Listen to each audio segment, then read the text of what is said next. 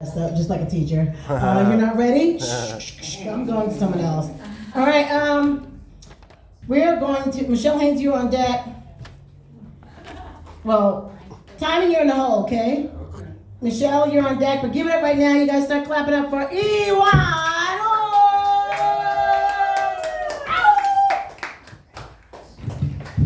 Hey, what's up, you guys? Alright, what did the Australian chess player say to the waiter? Checkmate. You know, Shaquille O'Neal's like the happiest man on earth, right? Yeah, he's like so jolly, right? And I think because he's never been messed with, you know? Like, how can you bully some guy who's so tall his crotch is in your face, right? It's like, hey, Shaq, give me your lunch money. Never mind. I've seen these billboards all over Hollywood about this blind guy, right? He climbed Mount Everest, you know? But I was thinking about it, I was like, how did he know he was on Everest, you know? For all he knows, he could have been like on Mount Whitney, like right over there, right? Then I was thinking, that's a pretty good business idea, you know? Taking blind mountain climbers up to the top of Mount Everest. You know, a couple weeks ago, North Korea sent over 200 balloons to South Korea. And they were loaded with like garbage and excrement. But that statement's not exactly accurate, because they weren't packed with shitty trash. No, they were filled with Dane Cook's jokes. Yeah, in retaliation, South Korea set up these loudspeakers, right? And they're blasting like anti-communist propaganda and like K-pop, right? And in retaliation to that, North Korea set up their own loudspeakers. But they don't have bands like BTS in North Korea, you know? So they just blast like the most annoying sounds they could think of. Yeah, you probably guessed it. Matt Rife comedy special. Yeah, there's a new disorder going around called Usher syndrome. It makes you go blind and deaf. It's pretty serious, right? You know, I always thought when you got Usher syndrome, it just made you go, yeah! Yeah, I was eating pizza the other day, but it's kind of depressing eating pizza by yourself, right? Right. Yeah, it's like eating cake or getting drunk by yourself. Basically like my last birthday. Yeah, I've had sex with like white women, like black women, Asian, Mexican. In my opinion, Asian women give the best blowjobs. Yeah, if any of you ladies like to prove me wrong, you can meet me in the bathroom later. Yeah, my dog, she's real cute, you know. She's so cute when other dogs see her, they go, oh my gosh, that dog is so cute. And then they go, oh my gosh, I can talk. Yeah, I was driving around the other day and I got pulled over by a horse cop. Yeah, it's crazy. You know, I have no one behind me and I just hear this, woo, woo. It wasn't a siren making that sound either, it was a horse. Yeah, I was in the United States Army, 1st Cavalry Division, Fort Hood. It was whatever, it was cool, you know. But it was weird being the only Asian person. Yeah, every day people were just looking at me like, are we supposed to shoot this guy? Yeah, one of my buddies is a Muslim. He doesn't eat pork, you know, but he's always trying to pork shame me and shit. So it's like, oh, gross, you eat bacon and sausage? I'm like, man, I'm Korean, right? We eat dog, right? Yeah, you know, scientists this past year, documented for the first time 2 male humpback whales having sex. Yeah, Hollywood's already going to make a movie about it. Yeah, they're going to call it Humpback Mountain. It's weird how language changes over time, right? Like nowadays, if a guy came up to me and told me he was going to blow my brains out, I want to be sure whether to run away or pull my pants down. Yeah, you know, the NFL has one Asian player, and he's a kicker. You know, could you not find a more racist position for this guy? You know, was going to go out barefoot in a karate uniform? Yeah, I was watching this Bigfoot show the other day, and it struck me as how dedicated these Bigfoot hunters were, you know?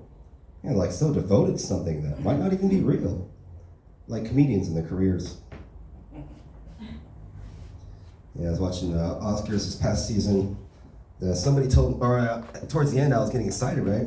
I was like, hey look, they're bringing back the Mummy. And then I looked again, I was like, oh no, that's just Al Pacino. I said that joke last night, and some guy came up to me and was like, oh, I heard that joke, like someone stole your joke or something like that. And I was like, really? So I'm looking out for him. But anyway. Yeah, I was talking to this guy the other day, he told me he's Persian. I was like, you're Persian? From Persia? He was like, yeah, where are you from? I was like, the Han Dynasty, I guess? Yeah, I had a real bad haircut the other day, or a couple months back. You know, you ever have a haircut so bad that people start treating you differently? Yeah, they're like, this guy must have a learning disability or something. You know your shit's fucked up when you're the waitress at Denny's tying a bib around your neck. Yeah, you know, this last April 4th is a new national holiday. It's now National Burrito Day. That's pretty cool, right? And April 5th, the next day, is now National Toilet Clogging Day. Damn. Yeah, you know, one of my friends, one of my Jewish friends, Jenna the Jewish princess, we call her. She's a staunch supporter of the IDF, Netanyahu, all that, you know. And I get what Jenna's saying, you know, when she's making her point about all that. But then when I hear what the Palestinians are saying, you know, I become torn, right? Like, which side should I be on, right? Should I take the side of the Palestinians? Or should I choose genocide? Yeah, you know, the rapper Macklemore came out about a month ago with a pro-Palestine song called Hin's Howl. You know, most people who aren't paying attention to the war, they don't know anything about Hind Rajab, you know. I'm Generation X, right? So I know all about her story. One thing I don't know as Generation Xer is, who the fuck is Macklemore? All right, here's a new joke. You know, when you're protesting against Israel, right, you really have to be creative, you know, because whatever, it's really, you're walking a fine line, right? And so, you know, even the phrase Free Palestine is deceptively creative, right? It's simple but very creative because it's meant to capture the attention of poor people all over the world, right? You know, we're like, free? What's free? Here, I'll tell you guys a story. You know, a lot of people in the army, they acquire nicknames, right? Like there was one guy, he had a big old head, right? So everyone called him Scully, you know? To this day, I don't know what his real name was, but if I saw him, I'd be like, Scully! Anyway, I had a nickname for a short while towards the end of basic, right? It was Kenobi, right? Yeah, like towards the end of base training, we're all like camped out at this bivouac area, right? And we're getting ready to pack up and march back to the base, right? Now, none of us are looking forward to this, right? Because forced marching is like one of the hardest things you can ever do, you know? Like you have like 80 pounds of shit, you know? And like you're just marching, right? It sucks. The first time we did it was, we did 4 miles. And then the second time was 8 miles, right? Which was really fucking hard, you know? This time we're supposed to do 16 miles, right? So everyone's like, fuck. Anyway, I'm with my platoon, we're marching to this rendezvous point. And then on the side of the road, there's this truck, right? Now the sergeant walks out from behind the truck and he's like, I need help loading up this truck, right? And so right away, my brain's like, bing! If he needs help loading up that truck, then he's gonna need help unloading that truck. I'm like, I'll do it, right? And so I run out there and I just start loading it up, right? Now my whole platoon is looking at me like, what the fuck is wrong with this guy? You know, like, he just loves to work or something? Like, what an idiot, right? And so they go marching off and to the rendezvous point. The whole company marches off, right? And me and these 6 other guys were just like loading up this truck, right? And, you know, it takes about 45 minutes, right? And then we're done, right? So we get to the back and we drive off. After just like 10 minutes, you know, we catch up to the call and shit, right? And then we're just like, hey, right? They all did the same thing, right? They're like marching, you know, they're all tired and shit. And they look up at us like, oh, right? And the next guy too, he's like, oh. The next guy too, right? He's like, oh, right? And we just drive past him, we're like, bye, you know? So we get to base, we unload the truck. It takes like 45 minutes, right? And so we like eat chow, you know, we go take showers, we're like writing letters home. We have all this fucking free time, right? And then fucking, I remember at one point we found these office chairs, so we're like racing each other, right? And then we find these brooms, right? So we're like jousting each other and shit. And then at some point this guy goes, hey, they're coming back, right? So we all go to look, and we're like, what the fuck? You know, last time we saw them, they were like all marching in a unit, right? Now they're just trickling in one by one and shit, like every man for himself. And fucking, they're like walking like zombies and shit. Like, and then finally the whole mass of them show up, right? And they look like just like a zombie horde and shit. Some of them like dragging shit and stuff, and they even sound like them, you know, they're like, So I run downstairs, you know, and I found my buddy, and I'm like, hey man, what took you guys so long? And he's just staring at me like, you know, I could tell he's like really tired, or he's pissed off, you know, but he's so tired he can't do nothing. And the only thing he could say was like, you knew. He's like, how did you know? And the guy next to him was like, "Oh man, that motherfucker's Ewan Kenobi." And that's how I got the Kenobi name. Yeah, it was a lot better and shorter than my last nickname, which was that Chinese-looking motherfucker. All right, I'll tell you another story. Is when I saw real-life cowboys. Yeah, if you've ever seen real-life cowboys, they're pretty fucking impressive, right? You know, I was driving from LA to Virginia, and I was in Nebraska, right? And I wanted to look around a little, so I got off the freeway. And right when I did that, I was like, "Oh shit, this is a mistake, right?" Because right in front of me was like 50 cows and shit. And then so I stopped, you know, I'm like, "What the fuck am I supposed to do now?" You know, I'm like thinking, should I back up or something? But then right then they start partying, right? And then I could see why, you know, it's because these two guys are riding up on horses and shit. And they're going, yeah, yeah, yeah, right? And because of that, they're partying. They're doing that for me, right? So like I drive past them and shit, and then I'm looking at these two guys, I'm like, man, they're fucking awesome, right? They're both like maybe 6'5", like 250 pounds, right? And older one's maybe 35, the younger one's like 25. They have like cowboy hats and jean jackets. They both have pistols and shit, you know? Like, 'cause I was in the army, right? So I seen some tough people, right? But these motherfuckers are tough as nails and shit, you know? I was like, fuck, man, look at these fucking guys, dude. It's fucking awesome, you know? And then I jerked off and went on my way. Let me see. I got a lot of time. All right, let me tell this other story. You know my family, they own a carpet cleaning company in LA, right? So after I got out of the army, I worked for them. Now we did a lot of work in West Hollywood, right? Because a lot of other carpet cleaning companies, they don't really want to go out there, you know? But we're immigrant carpet cleaning, so money's money, you know, whatever. So I'm in this house at West Hollywood. I follow this guy. The way we clean a carpet is we go to the end of the house first, and then we would work our way backward. That way we're not stepping on stuff that we already cleaned. So I follow this guy down this long hallway loaded with these framed pictures, right? And I go into this room, and the only thing in the room is just a bed, right?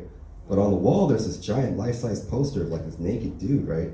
He's sitting like this, like, right? And on the other wall, another poster with two naked guys, right? One's holding the other's dick, right? They're both like, right? So I'm just like, okay, whatever, nothing to see here, you know? Don't ask, don't tell, so I'm just cleaning. And I hit something under the bed, right? And it's like making these noises. So I'm like, what the fuck is that? I was like, oh shit. And I saw something that I can only describe as the beeping, blinking, transformer dildo snake, right? It was all blue, blue, blue, it was all spinning and shit. And like, I didn't know how to turn it off and shit, right? It's all greasy and shit. I'm like, fuck. Finally, I turned it off, I just threw it into the bed, right? And I'm just trying to get out of here at this point. I'm like, fuck. And so I'm working my way, I'm in the hallway, working my way out. And I see the pictures on the wall. And those pictures were of other carpet cleaners with their dicks hanging out. I was like, oh no. And then I hear this, and I turn around, and it's the guy, you know? And he's got a camera in one hand and a $100 bill in the other. You know, I'm not gay or anything, but money's money, so. I gotta try these jokes. I do comedy in Inglewood. I'm gonna be there tonight, actually. Where? The barbershop, it's like right on La Brea in Centinela. Okay. So, yeah, that's my boy. Yeah. So I'll do some of these jokes. There's some of the Inglewood jokes. All right, yeah, I was doing comedy the other day, and there was a dude just sitting right there, you know, like right here, you know, give me the Jada Pinkett face. You ever seen the Jada Pinkett face? No. Yeah, they're like, I'm like, what the hell, dude? Don't be giving me no Jada Pinkett face. You better knock that shit off before I give you the Will Smith hand.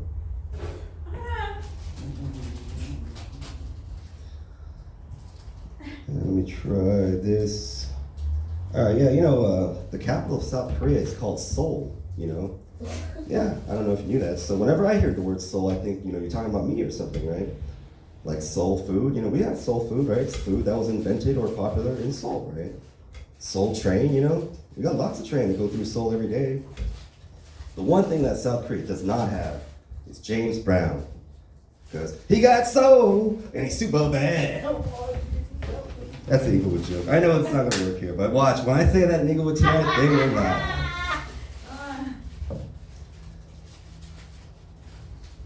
Alright, I'll just tell the jokes. Okay, I did have sex with a black woman about a month ago, and it was cool, you know? Yeah, aside from her skin color, she wasn't any different than any other woman I'd had sex with. The only different thing I could say is that the whole time I was having sex with her, I was like, don't touch her hair, don't touch her hair. Yeah, they like that joke over there too. All right, I'll just end with this last joke. You know, comedians will always tell you two things, right? They always tell you when they just get booked on a show. They always tell you when they just had sex. That's a bit juvenile, right? Like myself, I haven't been booked on a show in over a month. But I did get laid last week, so hooah! My name's Iwan Ong, I'm out here, thank you.